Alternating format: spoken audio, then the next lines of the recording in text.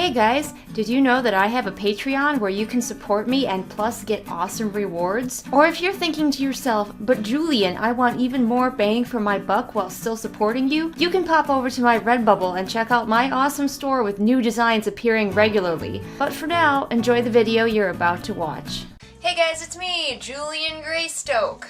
Today I'm wearing my You Sunk My Battlestar shirt. Not for any particular reason, we're doing the Pixar tag today, and I don't have any shirts that are remotely Pixar-y, so we just went with a random shirt, it's fine. So the Pixar Book Tag. This is actually a combination of two tags. The creator of this version will be linked below.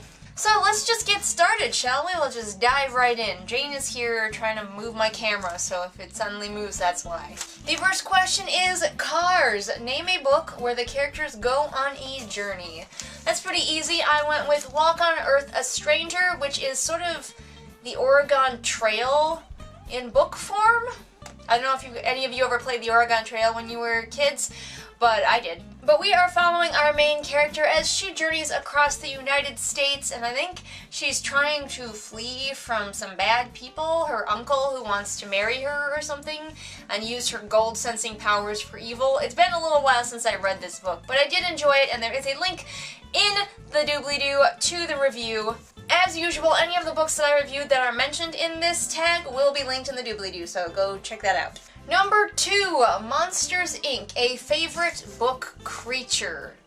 Okay, this one is actually pretty easy. I read a book that is called Queen of Blood, and in it, there are these little creatures everywhere called spirits, which are these elementals. They come in all different shapes and sizes, and they are basically in control of nature in this world, and they are like Pokemon if Pokemon wanted you dead. And I enjoyed it so much. It's like having cats, really. That's my relationship with my cats. Number 3 is Finding Nemo. Who's the best book dad? Ooh, that's a tough one. Y'all know I love father figures. Man, I'm looking through my Goodreads and I have not read a lot of books recently that had fathers in them. This is a problem. Okay, well, apparently, I just, am drawing a blank as far as favorite fathers in books. I guess I could lean on Harry Potter and be like, Lupin is kind of a cool father-uncle figure to Harry. Wow, I need to read more books with father figures in them. I love consuming media with fathers and father figures in it, but it's mostly like movies and TV, so I need to read more books with that shit going on, because... yeah, I think in books a lot of times what happens is that character dies, and I'm so sick of that trope that I'm just like, stop it.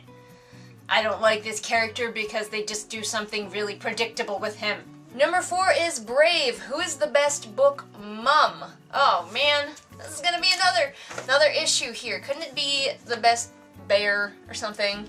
The problem with a lot of young adult books, which is what I read, is that moms are usually dead or not in the picture, so I guess I'll go with the mom character from Birthmarked. Even though she isn't in it that much, what you do get to see of her is pretty badass, and it's clear that she had a good relationship with her daughter, so we'll go with it. Wow, this is sad. Number 5, Toy Story, a book from your childhood that everyone should read. Everyone, huh? I don't know, it depends on what you're into as a kid. I would recommend any books by Tamara Pierce. And I would also recommend the Redwall series for your kids, starting with Redwall or wherever. You can kind of start wherever in this series. But yes, Song of the Lioness and Redwall, I wouldn't say that every kid needs to read them, but they would definitely be a good start. And they were definitely formative books in my youth. Number 6 is The Incredibles. What power from a book would you like to have? I want to answer with the Queen of Blood again because I just read it and there's this, the power to control these spirits is just kind of cool, but I'm not going to go with that. I'm going to go, just because it's neat and I like to sing, with the chanting abilities from the Singer of All Songs. Links in the doobly-doo to my review of that. Where magic in that world is controlled by your voice, and what you have the ability to sing factors with the kind of magic that you can do, when you can train your voice to be able to do more magic, and that's just really cool because I like to sing, and I would love it if my singing could also be magic. The next question is Ratatouille, a fictional food that you want to eat. I don't have a specific fictional food that I want to eat. I mean, I could say something from Harry Potter, but most of those have been, like, created or have, like, some sort of version of them now in the real world. So I'm going to go with any food from, once again, Brian Jake's Redwall series, because he is so good at describing food that even though it's, like, not even really stuff that humans would eat because all the characters are animals, you still are hungry for it. You're like, that just sounds so delicious. Don't read Brian Jake's books when you're hungry. You will regret it. I've done that several times and have been like, well, this was a mistake. The next question is Coco, book with an international setting. International setting, huh?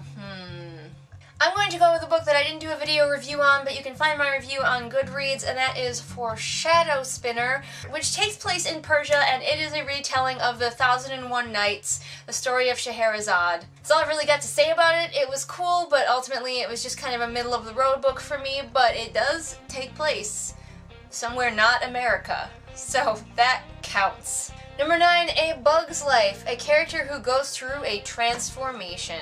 Boy, this was in the Disney tag as well. I have to pick a different transformation. Why do I do book tags and never prepare for them ahead of time? I'm going to go with a story that I just finished, like, yesterday, because it's all I could think of. It is called Reboot. I'm probably not going to do a video review of it, but you can find my written review on Goodreads. It was just kind of a meh read for me.